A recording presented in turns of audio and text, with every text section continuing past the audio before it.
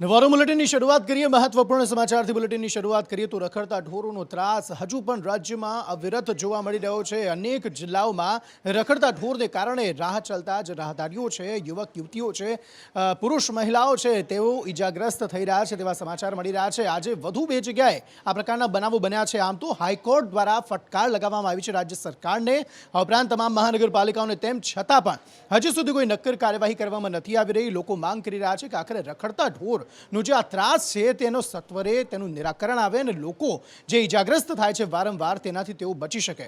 જો કે આજે કઈ બે જગ્યાએ આ પ્રકારના બનાવો બન્યા અને તે બંને જે વ્યક્તિઓ જે ઈજાગ્રસ્ત થયા છે સમગ્ર મામલામાં તેમની સ્થિતિ શું છે, આ સમગ્ર બાબતે વધુ માહિતી મેળવીએ હિરેન મોદી પાસેથી। હિરેન,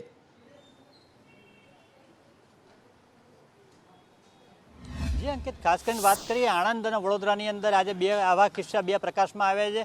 जेमां वडोदरानी अंदर समा केनाल पासेथी घरेथी निकळेलो जूना घेरथी नवा घर तरफ जई रहेलो विद्यार्थी हतो 17 वर्षनो, एने रखड़ता ढोरे अडफेटे लीधो। गाये अडफेटे लेता सींगड़ू मार्युं ने सींगड़ू मार्या बाद एने पछाड़ीने एनी उपर मार मारवामां आव्यो छे। त्यारबाद एने घायल थयेलो होय बाजुमां ज आवेली एक नजीकमां आवेली होस्पिટલની અંદર એને સારવાર અર્થે ખસેડવામાં આવ્યો છે।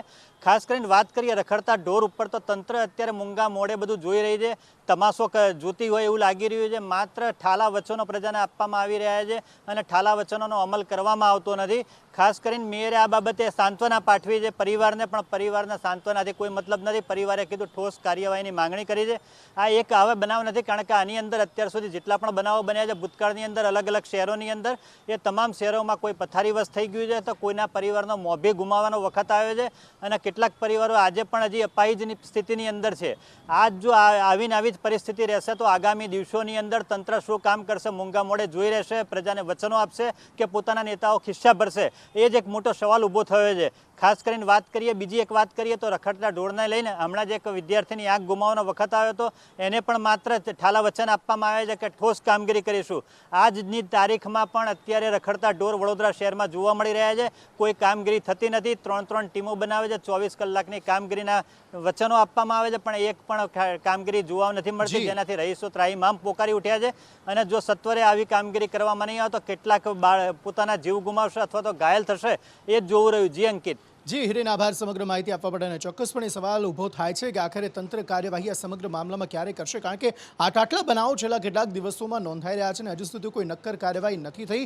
આ મામલે નક્કર કાર્યવાહી થાય તેવી સ્થાનિક લોકોની માંગ છે, રાજ્યવાસીઓની માંગ છે। જોકે આ કાર્યવાહી ક્યારે થાય છે અને ક્યારે આ છુટકારો આ સમસ્યામાંથી મળે છે તે તો જોવું રહ્યું। હવે સમસ્યાઓ જ્યારે આપણે આવતી હોય છે ત્યારે આપણે જનપ્રતિનિધિઓ પાસે આપણી સમસ્યાઓને લઈને જતા હોય છે, પરંતુ જનપ્રતિનિધિઓ જ જ્યારે સમસ્યાઓ ઊભી કરે ત્યારે શું થાય? ગેનીબેન ઠાકોર વાવના ધારાસભ્ય આજે એક નિવેદન આપ્યું અને તેમાં અપશબ્દનો પ્રયોગ કર્યો। હવે જ્યારે મોટી સંખ્યામાં લોકો તમને સાંભળવા માટે આવતા હોય છે ત્યારે તેમની વચ્ચે તમે અપશબ્દનો પ્રયોગ કરો, આખરે કેટલું યોગ્ય? બીજી તરફ શિવાભાઈ ભૂરિયા, કોંગ્રેસે તેમને ટોણો મારી દીધો, આખરે શું ટોણો તેમણે માર્યો, કયા અપશબ્દનો જે ગેનીબેન ઠાકોર દ્વારા પ્રયોગ કરવામાં આવ્યો છે અને શું તે યોગ્ય છે કે કેમ, આ સમગ્ર બાબતે વધુ માહિતી મેળવીએ મનીષ પાસેથી। મનીષ, અંકિત, આ અપેક્ષિત છે, જેમ જેમ ચૂંટણીઓ આવે ત્યારે ગુજરાતની રાજનીતિમાં બોલબચ્ચન રાજનેતાઓ સામે આવતા જ હોય છે અને ગેનીબેન ઠાકોર જે છે તે એકદમ બેબાક બોલવા માટે જાણીતા છે। ગેનીબેને આજે જ્યારે જનવેદના કાર્યક્રમમાં બોલવાનું ચાલુ કર્યું તો સૌ લોકો ચોંકી ગયા, કારણ કે એ પ્રકારના શબ્દો એમણે ઉપયોગ કર્યા હતા ભારતીય જનતા પાર્ટીના નેતાઓ માટે। આ પહેલાં પણ 2-3 વાર એમણે આ પ્રકારના શબ્દોનો ઉપયોગ કરી ચૂક્યા છે, પરંતુ એમણે સાથે સાથે એ પણ વાત કરી કે બહેન દીકરીઓની સુરક્ષાનો જ્યાં સુધી મુદ્દો છે તો સરકાર એમાં ફેલ રહી છે।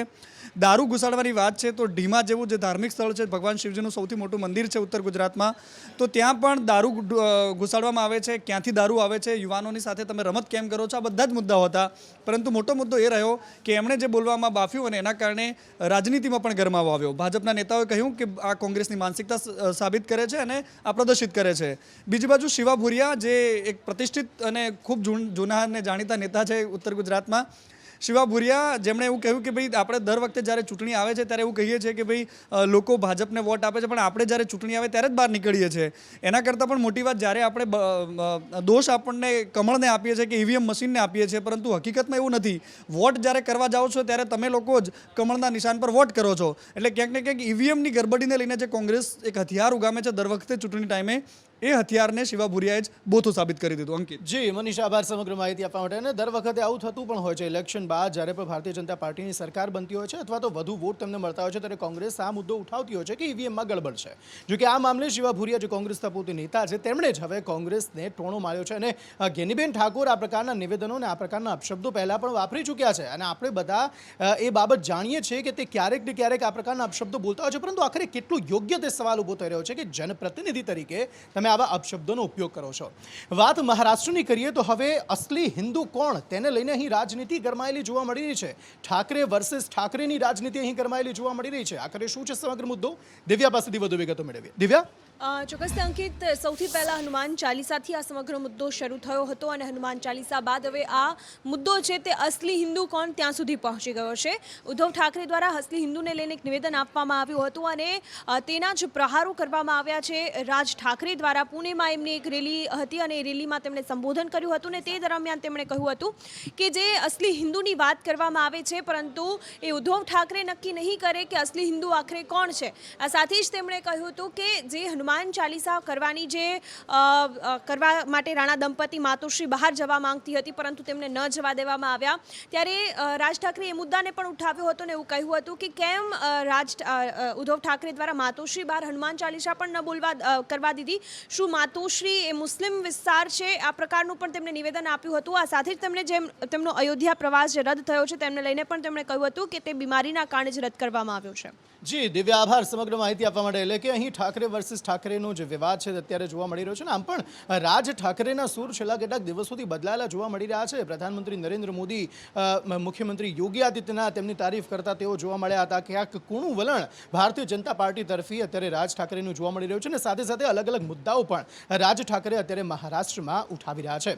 હવે જ્ઞાનવાપી મસ્જિદનો જે મામલો સામે આવ્યો હતો ત્યારબાદ કુતુબ મિનાર વધુ એક ધરોહર કે જેને લઈને હવે વિવાદ છેડાયો છે. જોકે કેન્દ્રીય સંસ્કૃતિ મંત્રી દ્વારા પણ આ સમગ્ર મામલે નિવેદન આપવામાં આવ્યું છે. કુતુબ મિનારને લઈને આખરે શું નિવેદન આપવામાં આવ્યું, શું કુતુબ મિનારમાં પણ હવે ખોદકામ થવાનું છે, આ સમગ્ર મામલે વધુ માહિતી મેળવીએ જિજ્ઞાસા પાસેથી. જિજ્ઞાસા. બિલકુલ અંકિત, ઐતિહાસિક ઇમારત કુતુબ મિનારના પરિસરમાં ખોદકામ કરવામાં આવશે એવા અહેવાલો થોડાક સમય પહેલા વહેતા થયા હતા. જો કે તેની ઉપર કેન્દ્રીય સંસ્કૃતિ મંત્રી જીકે રેડ્ડીએ સ્પષ્ટતા કરી છે. આજે એમણે નિવેદન આપ્યું છે કે આજે તમામ સમાચારો વહેતા થયા છે તે પાયા વિહોણા છે, એમાં કોઈ પણ પ્રકારની સત્યતા નથી, એટલે આ વાત પર લોકો ભરોસો ન કરે. થોડાક સમય પહેલા એવા સમાચારો હતા કે કુતુબ મિનારના પરિસરમાં 30 મીટરની અંતરમાં ખોદકામ કરવામાં આવશે. જો કે આ તમામ બાબતો પાયા વિહોણી છે એ વાતની જાણકારી આજે કેન્દ્રીય સંસ્કૃતિ મંત્રી જેકે રેડ્ડીએ આપી છે.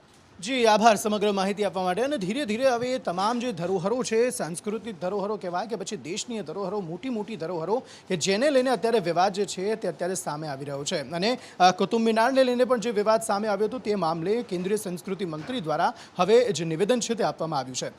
રાજ્યની વાત કરીએ તો આવતીકાલે ભારતીય જનતા પાર્ટીની કારોબારી બેઠક મળનાર છે. આખરે આ બેઠક ક્યાં મળવાની છે અને સાથે જ આ કારોબારી બેઠકમાં કયા કયા નેતાઓની ખાસ હાજરી જોવા મળવાની છે, આ સમગ્ર બાબતે વધુ માહિતી મેળવીએ સચિન કડિયા પાસેથી. સચિન. જી ચોક્કસથી આવતીકાલે પ્રદેશ ભાજપની કારોબારીની બેઠક મળશે. ગાંધીનગર ખાતે મળનારી આ બેઠકમાં આ 2022ના જે ઇલેક્શનને લઈને સંપૂર્ણ જે કાર્યક્રમો છે તેની માહિતીની રૂપરેખા આપવામાં આવશે. તો પ્રદેશ પ્રમુખ CR પાટીલ અને મુખ્યમંત્રીની હાજરીમાં આ બેઠકનું આયોજન કરવામાં આવ્યું છે. બેઠકમાં સહપ્રભારી સુધીર ગુપ્તા પણ આ બેઠકમાં હાજર રહેશે અને આવનારી જે 2022ની ઇલેક્શનના તમામ જે કાર્યક્રમો છે તેની રૂપરેખાની ચર્ચા કરવામાં આવશે. તો ચિંતન શિબિર જે યોજાઈ હતી એ ચિંતન શિબિરના મંથનનું જે છે તે પણ અહીં વિચારોની આપ-લે કરવામાં આવશે અને 2022ના ઇલેક્શનમાં 182 સીટ જીતવાના લક્ષ્યાંક સાથે આગામી 2022ના વિધાનસભાની ચૂંટણીના કાર્યક્રમોની રૂપરેખાની પણ આ બેઠકમાં ચર્ચા કરવામાં આવશે. જી અંકિત. જી સચિન, આભાર સમગ્ર માહિતી આપવા માટે. અને ચોક્કસપણે 2022ની આ વિધાનસભાની ચૂંટણીમાં ભારતીય જનતા પાર્ટી હોય, કોંગ્રેસ હોય કે અન્ય કોઈ પક્ષ, તમામ જોરદાર તૈયારીઓમાં અત્યારથી જ લાગી ગયું છે અને ભારતીય જનતા પાર્ટીની આ કારોબારી બેઠકમાં સમગ્ર મામલે ચર્ચા થાય અને 182નો લક્ષ્યાંક કઈ રીતે પાર પડશે અને કઈ રીતે વધુને વધુ મતો સાથે આ બેઠકો અંકે કરી શકાય તેને લઈને મંથન આ કારોબારી બેઠકમાં થઈ શકે છે. વાત પાટણની કરીએ. વિપુલ ચૌધરી આજે શક્તિ પ્રદર્શન યોજ્યું હતું. આમ તો છેલ્લા કેટલાક દિવસો આ પ્રકારે શક્તિ પ્રદર્શન વિપુલ ચૌધરી યોજી રહ્યા છે. વિધાનસભાની ચૂંટણી પહેલા તે પણ પોતાનું શક્તિ પ્રદર્શન બતાવતા અહીં જોવા મળ્યા છે. આજે પાટણના હારીજ ખાતે આ શક્તિ પ્રદર્શન યોજાયું હતું. આ અંગે વધુ માહિતી મેળવીએ પ્રતીક જાદવ પાસેથી. પ્રતીક.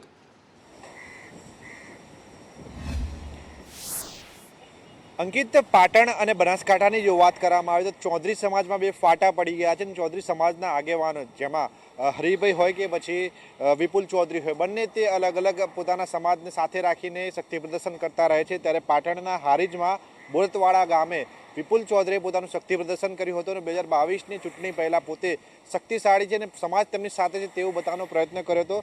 સાથે જ તેમણે સરકારના આરોગ્ય મંત્રી ઋષિકેશ પટેલ ઉપર પ્રહાર કર્યા હતા. અગાઉ પણ તે ઋષિકેશ પટેલ ઉપર પ્રહાર કરી ચૂક્યા છે અને તેમણે કહ્યું છે કે તેમની અત્યારે જે સ્થિતિ છે તેના માટે જવાબદાર ઋષિકેશ પટેલ જ છે.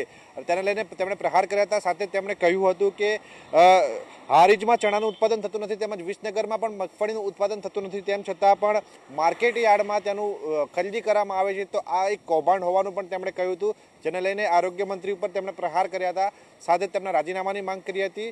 સાથે જ જો વાત કરવામાં આવે તો આગામી દિવસોમાં તે વધુને વધુ શક્તિ પ્રદર્શન કરશે, કારણ કે 2022ની ચૂંટણી નજીક છે અને તેમનો સમાજ, ચૌધરી સમાજ તેમની સાથે હોવાનું નિવેદન અગાઉ પણ તે આપી ચૂક્યા છે અને આ વખતે પણ તે નિવેદન આપીને કંઈક નવા જૂની કરવાના એંધાણ વર્તાતા હોય તેમ સ્પષ્ટપણે તેમના નિવેદન પરથી લાગી રહ્યું છે. જી પ્રતિક, આભાર સમગ્ર માહિતી આપવા માટે. આમ તો ચૌધરી સમાજના કેટલાક જે અગ્રણીઓ છે તે પોતે પણ વિપુલ ચૌધરીથી નારાજ જોવા મળી રહ્યા છે, પરંતુ વિપુલ ચૌધરીનું એ સ્પષ્ટપણે માનવું છે કે મોટી સંખ્યામાં જે સમાજના જે લોકો છે તે તેમની સાથે છે અને ક્યાંક શક્તિ પ્રદર્શન પણ કદાચ એના જ ભાગરૂપે કરવામાં આવી રહ્યું છે કે તેમને પોતાની શક્તિ બતાવી છે અને કહેવું છે કે મોટી સંખ્યામાં જે સમાજના લોકો છે તે તેમની સાથે છે. સમાચારો તરફ આગળ વાત કરીએ. વાત ગુજરાતના વાતાવરણની કરીએ તો ગઈકાલથી ગુજરાતના વાતાવરણમાં થોડો ફેરફાર આવેલો જોવા મળી રહ્યો છે. ક્યાંક ગરમીમાં ઘટાડો થયો છે તો વાદળછાયું વાતાવરણ પણ જોવા મળી રહ્યું છે. શું આ વરસાદ આવવાના એંધાણ છે કે પછી ગરમી ઘટી છે તેનું અન્ય કોઈ કારણ છે? વધુ માહિતી મેળવીએ આયુષી યાજ્ઞિક પાસેથી. આયુષી, બિલકુલ, જે રીતે અત્યારે પ્રી મોન્સૂન એક્ટિવિટી છે ગુજરાત રાજ્ય પર સક્રિય થઈ છે, જેના કારણે ગરમીથી આંશિક રાહત મળશે.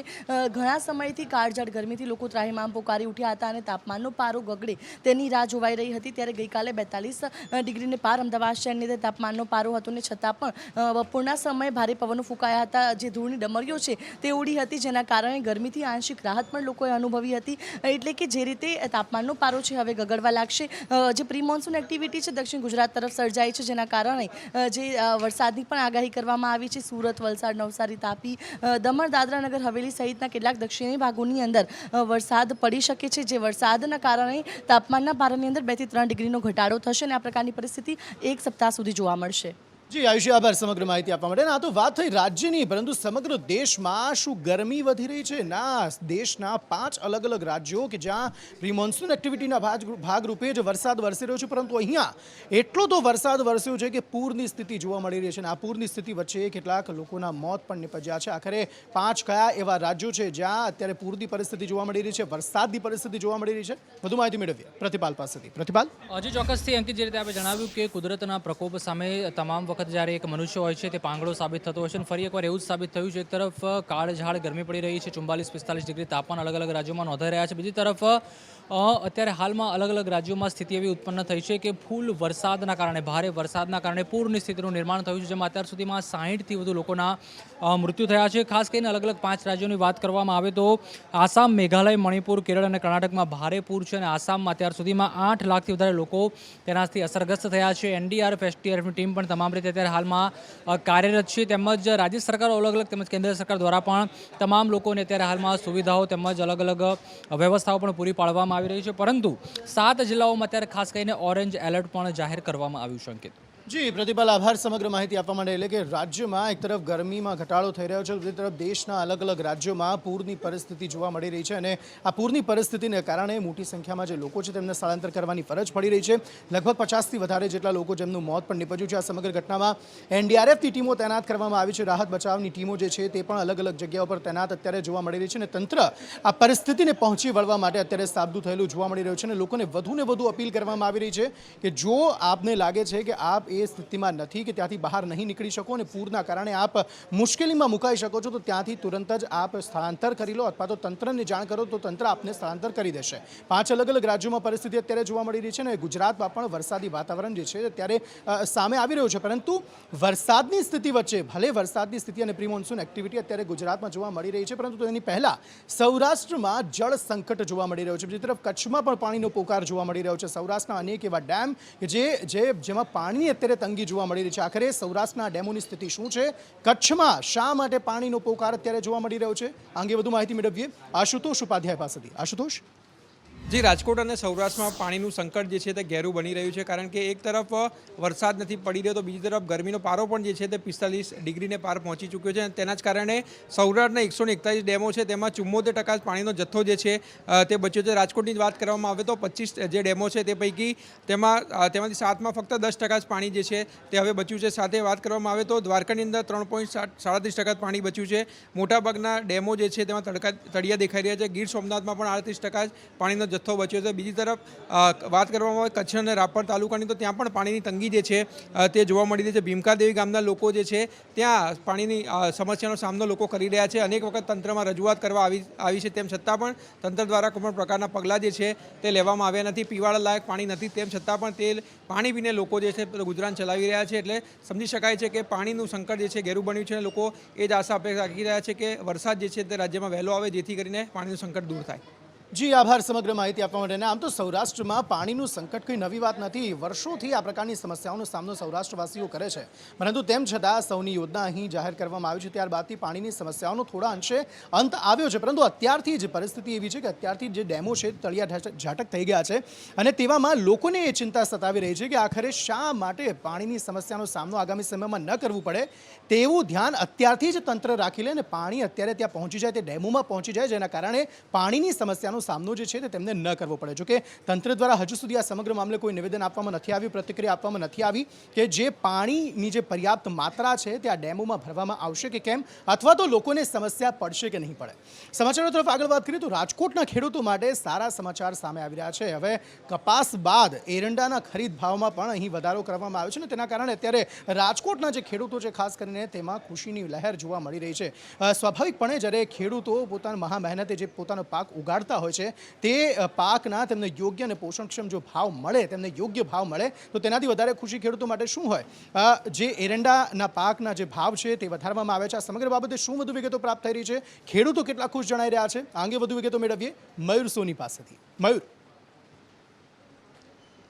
બિલકુલ અંકિત, આમ તો ખેડૂતો છે તેમની સમસ્યાને લઈને વાતો સામે આવતી હોય છે, પરંતુ આ વખતે કપાસ અને એરંડાએ ખેડૂતોની કિસ્મત બદલી નાખી છે. એટલા માટે કારણ કે કપાસનો પાક છે તે ખૂબ જ ઓછો થયો હતો, લિમિટેડ માત્રામાં થયો હતો, પરંતુ જે ખેડૂતોએ ઉગાડ્યો હતો તેમને કાચા સોનું રૂપે આ કપાસ ફળ્યું છે.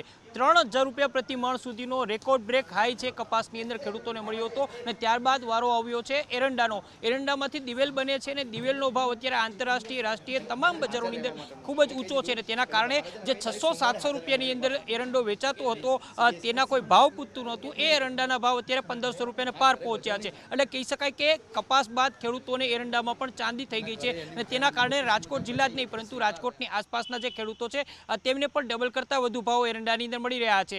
સારું વર્ષ એરંડા અને કપાસ બંનેની અંદર જે ખેડૂતો પકાવે છે તેમના માટે થયું છે. એટલે કહી શકાય કે તેમના માટે તો ચાંદી જ ચાંદી જોવા મળી રહી છે. એટલે કપાસ અને એરંડા છે તે બંને પાકોએ ખેડૂતોને માલામાલ બનાવી દીધા છે તેવું અત્યારે કહી શકાય છે. જી આભાર સમગ્ર માહિતી આપવા માટે. આ તરફ આઈએએસ કે રાજેશનો જે મામલો છે તે પણ છેલ્લા કેટલાક દિવસોથી અત્યારે ચર્ચાના ચકડોળે ચઢ્યો છે અને તેવામાં સીબીઆઈ હવે આકરા પાણીએ જોવા મળી રહ્યું છે. સમન્સ પાઠવવામાં આવ્યું છે કે રાજેશ વિરુદ્ધ. આખરે શું વધુ વિગતો આ સમગ્ર મામલે પ્રાપ્ત થઈ રહી છે, જિગ્નેશ પાસેથી વધુ વિગતો મેળવીએ. જિગ્નેશ, આઈએએસ જે દ્વારા જે આખું કૌભાંડ આચરવામાં આવ્યું હતું તે મામલે હવે સીબીઆઈએ તપાસનો ધમધમાટ શરૂ કર્યો છે. કે રાજેશને સીબીઆઈ તરફથી સમન્સ પાઠવી દેવામાં આવ્યું છે અને સોમવાર સુધીમાં તેમને હાજર થવાનો આદેશ કરવામાં આવ્યો છે. બીજી તરફ કોર્ટ જે છે તે સીબીઆઈ વિરુદ્ધ આકરા પાણીએ જોવા મળી હતી કે જ્યાં સુધી કે રાજેશની ધરપકડ નહીં થાય ત્યાં સુધી આગળની તપાસ કેવી રીતે કરશો તેને લઈ અને કોર્ટે સીબીઆઈને સવાલ પૂછ્યો હતો. ત્યારબાદ આખો મામલો હવે જે સમન્સ બાદ હવે સીબીઆઈ જે છે તે પૂછપરછ કરશે કે રાજેશની અને તેમાં જે કૌભાંડના જે આક્ષેપો થયા છે તેના વિરુદ્ધ પછી તે એરપોર્ટની જમીનનો વિવાદ હોય કે પછી